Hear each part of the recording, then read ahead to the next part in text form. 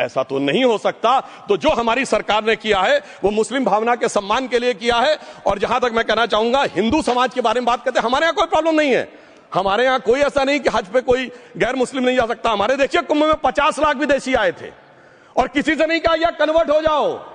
इसलिए मैं कहना चाहता हूं, हिंदुइज्म की धारणा और बाकी धारणा का जो तुलना करने का प्रयास करते हैं वो बहुत उचित नहीं है। मगर सभापति महोदय, इस वक्त ने कई अद्भुत नजारे दिखाए। इस्लाम में जो काफिर से ज्यादा मुशरिक और शिर्क को बुरा माना गया, नहीं जो भगवान को माने ही नहीं। यहां देखिए वो लेफ्ट के लोग जो कहते धर्म एक अफीम है, वो आज खुदाई खिदमतगार बन के खड़े हो गए। सोचिए कैसा बदलाव आया है। और सर मुझे एक और चीज नजर आती है, एक पुराना गीत था, वक्त ने किया क्या हसी सितम। तो आज मैं कहना चाहूंगा, वक्त ने किया क्या हसी सितम कि मुस्लिम लीग और शिवसेना मिलके हो गए हम। और मैं कहना चाहता हूं, ये मुस्लिम लीग वो है जिसने सेपरेट इलेक्टोरेट की मांग की थी और इस शिवसेना के उबाटा के हमारे इस सदन के एक सदस्य हैं। और सर हमारे साथ मुरली जी बैठे हैं, मुरली देवड़ा जी ने मुझे याद दिलाया, उन्होंने मिलिंद देवड़ा जी ने याद दिलाया, उन्होंने कहा एक जमाने में उन्होंने कहा था मुस्लिमों की नागरिकता छीन लेनी चाहिए। इसीलिए मैं कह रहा हूं, वक्त ने किया क्या हसी सितम, ये दोनों मिलके हो गए हम। और सर मैं इसके बाद एक टेक्निकल बात करना चाहता हूं। जब इन्होंने टाइम ड्यूरेशन हटा दिया था और बैक में पीछे जा सकते थे, तो मैं पूछना चाहता हूं सर कि जब ब्रिटिश हुकूमत आई तो उसने तो मुगलों सारी हुकूमत ले ली थी, तो उनका मालिकाना हक कैसे हुआ? सर 1707 के बाद तो इस्लामी हुकूमत दिल्ली से खत्म हो गई थी। एक आखिरी मुगल बादशाह शाह आलम के लिए तो बोला जाता था सल्तनते शाह आलम दे लाल किले ते पालम, यानी आज का आईजीआई एयरपोर्ट। तो साहब उसके बाद ये गुजरात के सूरत से लेकर लखनऊ तक उनका मालिकाना हक निकलने कहां से लगा? अरे भाई जब दिल्ली को कैप्चर किया था अंग्रेजों ने तो सारी जमीन अंग्रेजों की थी। तो जब मैं अपने कांग्रेस के मित्रों से पूछना चाहता हूं, ये जब गवर्नमेंट ऑफ इंडिया एक्ट में पावर डीड ट्रांसफर की थी तो पढ़े नहीं थे क्या, या खोखले कागज पर साइन कर लिए थे, या कागज सही था, आप खोखला करने की बात है? मैं पूछना चाहता हूं, जब 250 साल तक वो हुकूमत ही नहीं रही तो उस हुकूमत के फरमान की लेजिटिमेसी कैसे हो सकती है? ये मैं कानूनविदों के लिए भी एक फूड फॉर थॉट रखने की बात करता हूं। और दूसरी बात मैं कहना चाहता हूं, ये किन हुकूमतों की बात कर रहे हैं सभापति महोदय? अगर सूरत नगर निगम पे दावा है मुगल के जमाने का और तमिलनाडु के मंदिर पर अरकाट के नवाब का, सभापति महोदय ये वो हुकूमतें थी जो जजिया लगाती थी, ये वो हुकूमतें थी जो जिम्मी का कॉन्सेप्ट रखती थी, ये वो हुकूमतें थी जो गाजी की बात करती थी। क्या भारत के संविधान में उन हुकूमतों के फरमान को सही मान्यता देना सही है? बिल्कुल गलत है। मैं कहता हूं बाबा साहब अंबेडकर के संविधान में यदि आप ऐसी हुकूमतों के फरमान को रखने की कोशिश करते हैं तो this is fraud on constitution. और हमारी सरकार ने अगर बैकडेट से वो बंद किया है तो उस फ्रॉड को रोकने की पूरी व्यवस्था की है। और यहां पर मैं ये भी कहना चाहता हूं सभापति महोदय, जमींदारी उन्मूलन 1948 में हो गया, मगर ये बाद में जमींदार कैसे क्रिएट हो गए?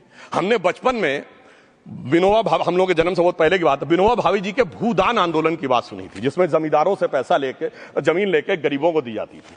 पर सभापति महोदय, कभी आपने सुना कि गरीबों की जमीन जमींदारों को मिल जाए? वो 2013 के बोर्ड ने वो व्यवस्था कर रखी थी। यानी वो भूदान आंदोलन था गांधी जी के शिष्य विनोबा जी का, तो आज के गांधियों के नेतृत्व में भू हड़प आंदोलन शुरू हो गया। अगर वो भूदान आंदोलन था तो ये भू हड़प आंदोलन था। इसलिए मैं एक और बात भी कहना चाहूंगा सभापति महोदय कि जिन हुकूमतों के फरमान की बात की जाती है, एक और फैक्ट है, इसको कोई अन्यथा न ले, जितने मुस्लिम बादशाह अलाउद्दीन खिलजी के बाद उन्होंने बगदाद की खलीफा का खुतबा पढ़ा है, that is a foreign rule, it's on record. कैसे उसको भारत सरकार मान्यता दे सकती है? इसलिए मैं कहना चाहता हूं जरा सा गौर से देखेंगे तो हकीकत आपके सामने आ जाएगी। और क्या कभी किसी ने कल्पना की, किसी क्रिश्चियन ने तो नहीं कहा कि इंडिया गेट हमारा है, गेटवे ऑफ इंडिया हमारा है, और चर्च नहीं सही फिर भी चर्च गेट हमारा है? तो फिर यह केवल किसी एक के दिमाग में क्यों आती है? हमने जो इवैक्यू एक्ट के तहत दे दिया था पाकिस्तान के गए लोगों को, क्या हमारे जो सिख और हिंदू भाई आए थे उनकी जमीनें मिली? अरे महाराजा रणजीत सिंह की राजधानी लाहौर थी और काबुल तक था राज, तो क्या उन्होंने जमीनें नहीं दान दी होगी गुरुद्वारे और मंदिरों को? वो मिली? अरे वो तो छोड़िए, ननकाना साहब और करतारपुर साहब तक नहीं मिला था। इससे दिखाई पड़ता है कि कितनी एक तरफा हम लोगों ने कोई निगोशिएट ही नहीं किया और उसे करने की बात कही थी। इसलिए मैं कह सकता हूं सर, अब हमारी सरकार ने जो संशोधन किए हैं, अब यह मजहबी हुकूमत के फरमान से नहीं, बाबा साहब अंबेडकर के संविधान से चलने वाला है। अब मैं अंत में उस विषय के ऊपर आता हूं जिसे सांप्रदायिक राजनीति, बनाम सेकुलर राजनीति इसके ऊपर कहा जाता है। सभापति महोदय, मैं बताना चाहता हूं कि जब आजादी मिली उसके बाद क्या किसी ने डिमांड किया था कि हमें वक्फ बोर्ड चाहिए?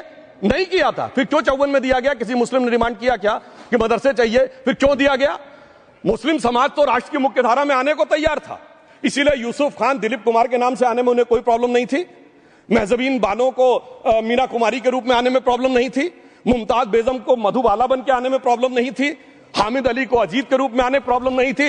मगर, और मैं यह भी बताना चाहता हूं, मुस्लिम समाज में बहुत बड़ा तबका उस समय इस बात को सोच रहा था, और अभी कपिल सिब्बल साहब बोले ये उस चीज के वकील नहीं, इन्हें पता होना चाहिए, पता होगा कि सुन्नी सेंट्रल वक्फ बोर्ड राम मंदिर में 1961 में मुद्दई बना है। 12 साल के बाद, क्योंकि के मोहम्मद ने लिखा है कि एक बहुत बड़ा तबका था जो ये मानता था कि हमें इस चक्कर में नहीं पड़ना चाहिए। मगर अफसोस कि वही लेफ्टिस्टों, सेक्युलरिस्टों ने उनको समझाकर इस मुकाम तक लाकर खड़ा कर लिया।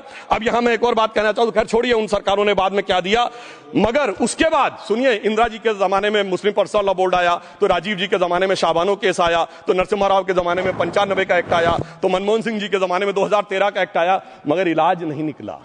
तो इसे एक शेर में कहूंगा कि मरीजे सेकुलर इश्क पर लानत खुदा की, मर्ज बढ़ता गया जो दवा की। अब मैं सभापति महोदय एक और बात कहना चाहता हूं। शुरू के 20-25 साल में मुस्लिम समाज के बारे में मैं कहना चाहता हूं, आज जब आजादी मिली तो मुस्लिम समाज के प्रतीक कौन थे? उस्ताद बिस्मिल्लाह खां, उस्ताद फरीदुद्दीन डागर, उस्ताद बड़े गुलाम अली, उस्ताद जाकिर हुसैन, जिनकी अभी कुछ दिन पहले डेथ हुई, बड़े बड़े नगमा निवार, हसरत जयपुरी, मजरूर सुल्तानपुरी, साहिर लुधियानवी, कैफी आजमी, जोश मलियाबादी, जिगर मुरादाबादी। अब सर क्या हो गया? तब मुस्लिम समाज इन अदब के शाहकारों के साथ जोड़ा जाता था। आज मुस्लिम समाज का नेतृत्व किन लोगों के साथ जोड़ता है? इशरत जहां, याकूब मेनन, मुख्तार अंसारी, अतीक अहमद, दाऊद इब्राहिम। कौन जोड़ रहा है ये? तब से सर, जब से ये सेकुलर हो गया देश 1976 से और सेकुलर सियासत शुरू हुई, उसने ले जाकर इनको इस मुकाम तक पहुंचाया। और इस वक्फ बोर्ड के बिल में भी जो बात कही जा रही है, सर मुस्लिम समाज को यह समझाया गया कि तुम्हें, बीजेपी वालों को तुमसे बड़ी अदावत है, और कहा गया इनको बड़ी मोहब्बत है। जब यह देश आजाद हुआ, मैं उत्तर प्रदेश का रहने वाला हूं, उत्तर प्रदेश में 1931 की सेंसस में 8% रेट ऑफ डेथ थी और सैयद मुसलमानों में 24% थी। यूपी की ब्यूरोक्रेसी में 20% थे। आज कहां चले गए सब? मैं एक लाइन में कहना चाहूंगा, ये अदावत और मोहब्बत की सियासत में ऐसे फंसे कि किसी को किसी की मोहब्बत ने मारा, किसी को किसी की अदावत ने मारा, मगर इस शराफत अली को सेकुलर सियासत ने मारा। और मैं सभापति महोदय एक और बात कहना चाहता हूं कि चलिए बोलिए। Fauzia Khan, please one second, mike is there. Yes, ये बोल रहे हैं मुस्लिम समाज आज का इशरत जहां और फलाना टेररिस्ट के साथ नाम जोड़ रहे हैं। ये बिल्कुल आरोप है सर, इसको एक्सपंज करना चाहिए। ये समाज के साथ अन्याय है। ये बात आपको एक्सपंज करना होगा सर, ये बात को। एक honourable member, if you would carefully go through what Sudhanshu has said, I am sure you will appreciate his spirit. Just think for a moment. He has not cast any aspersions. Sudhanshu, go ahead. मैं जवाब दूंगा और उसके बाद ये हमारा सदन माने ना माने, जो देख रहे होंगे उनके लिए कहना चाहता हूं, sir doctor APJ Abdul Kalam. One second. काहे परेशान? Vaiko ji, honourable member, Vaiko ji, oh my God, Vaiko ji,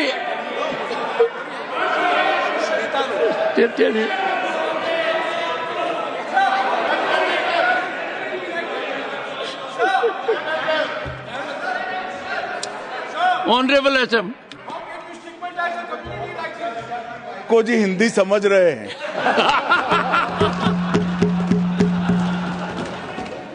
One second. Fauziya Khan. One second. First, I think. One second. Sir क्या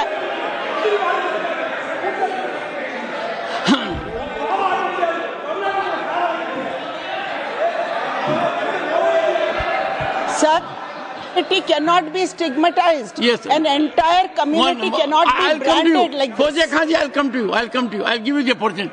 Honorable Finance Minister,